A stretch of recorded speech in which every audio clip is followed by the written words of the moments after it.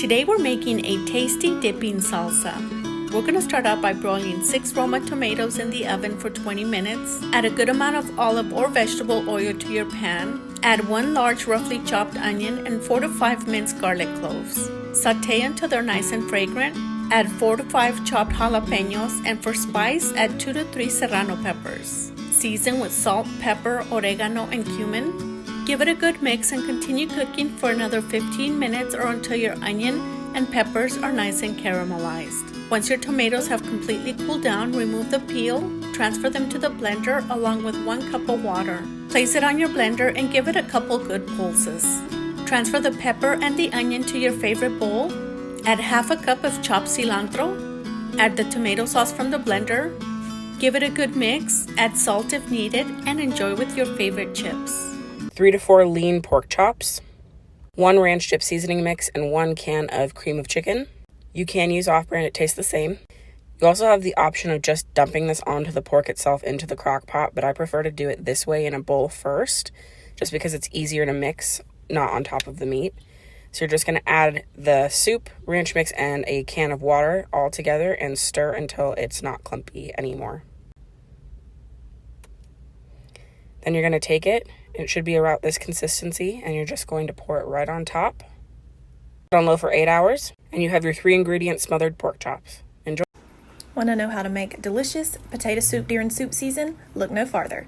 So I peel about 8 to 10, those are yellow Yukon Gold potatoes, and I cube them up, and then I put them in a big old stock pot of boiling water, and then I cook them until fork tender. It was 14 minutes, and then I dump them and let them rest. And then I put in 1 stick of butter in the same pot and about half a cup of flour, and then I'm going to let the flour taste cook out. So this is my roux. I'm going to add pepper, salt, and garlic salt to the roux, and then I'm going to pour in a couple cups of milk. It'll thicken up, so you don't really have to measure. And then about 6 to 8 ounces of cream cheese, and let that melt into the milk mixture. And then stick with me, put a squirt of ranch, and it is amazing. I swear it doesn't taste like ranch, it just gives it more flavor than flour. And then you're going to pour your potatoes back in, mix it all around, and then once it's complete, add more salt and pepper, and then put it in your bowl and top with bacon and cheese, and I promise it's the best you'll ever taste. Alright, this is how to make my favorite breakfast casserole. You want to get a 9x13 glass pan and spray it with cooking spray. You want to get some croissant dough, put it on the bottom of the pan and pinch it together. Then you're going to brown up some breakfast sausage. You're going to crack some eggs and scramble them. Cook some bacon. We just did microwave bacon. Next, you're going to pour the eggs on the bottom of the pan. We did about 8 to 10 eggs, but it's really just about how much eggs you want. Then you're going to sprinkle some sausage on the eggs. Then you're going to crush up the bacon and sprinkle the bacon on there too. Next, you're going to get the cheese and do a thick layer of cheese on top. The more the better. Some more sausage, a drizzle of maple syrup, so good. And you're going to bake at 350 for 30 minutes. And it is so good, guys. Thank you for watching. First, I take 2 packs of sugar-free Jell-O pudding packs, chocolate flavor. Then I sub heavy cream for the milk, and it's 2 cups per box. You add that to the mixture, all into the same bowl. Then you go and stir.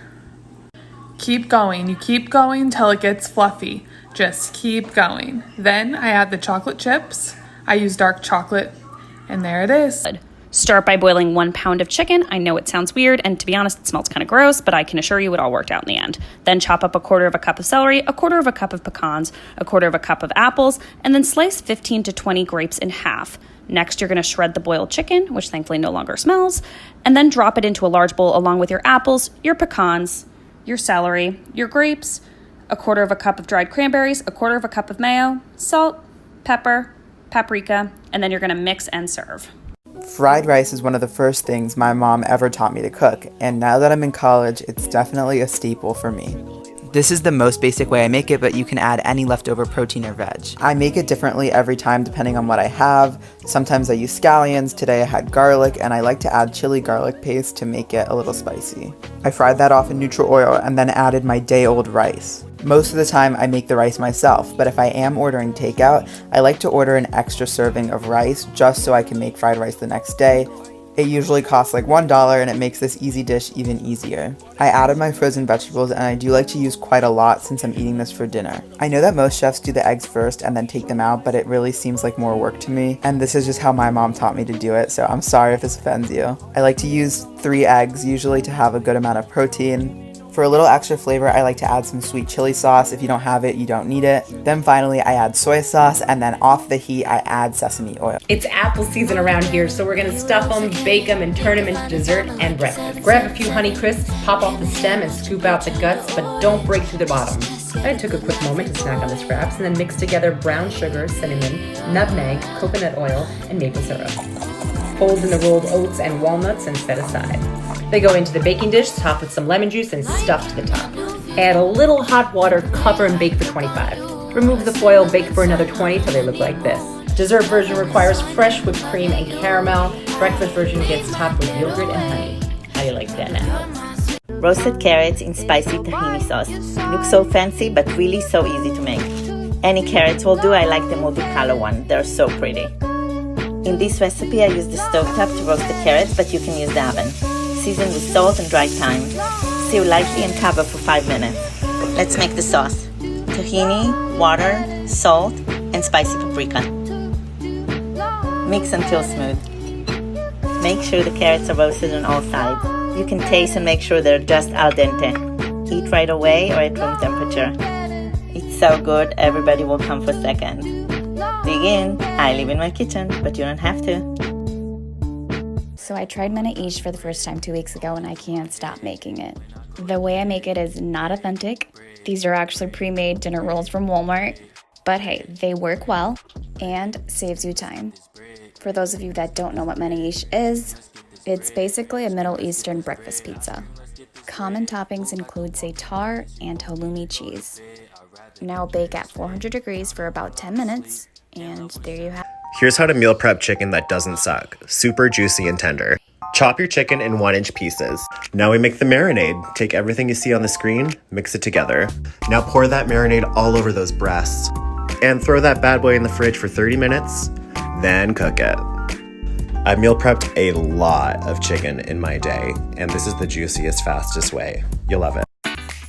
You gotta be careful cooking this chicken for people. It's gonna get requested a lot. Now let's go! Some half chicken breasts. Pound them out until about 3/4 inch thick. Next step, whisk up this amazing flour dredge. Now whisk up your beaten egg and soy sauce and strip the thyme into the panko breadcrumbs. Chicken goes in the flour, coat it thoroughly. Next into the egg, same deal. Finally into the breadcrumbs. Dip it, flip it, coat it, and press. Bring a pan up to medium heat. Generous amount of avocado oil. Chicken in. About 3 minutes and flip. Oh yeah. The one and only molten salt. Hit it right away so it sticks. Another 3 minutes and rest 4 minutes. Just a squeeze of lemon to brighten things up. Straight into the fancy ranch. It's the best chicken in the world. You know I love you, and I'm out. Here's a cheap, simple, healthy recipe that people who don't even like fish will enjoy. It's a game changer. Tuna patties in under 15 minutes, crispy on the outside, soft on the inside. Start with 2 cans of flake tuna, drain well by pressing down with a spoon.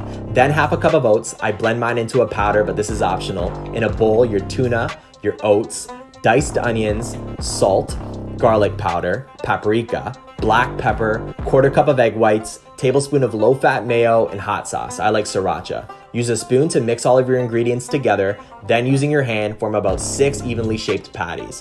Olive oil in a hot pan. Cook your patties for about 5 minutes or until crispy brown. Flip, then cook for another 5 minutes. Serve with your choice of dipping sauce, and there you go.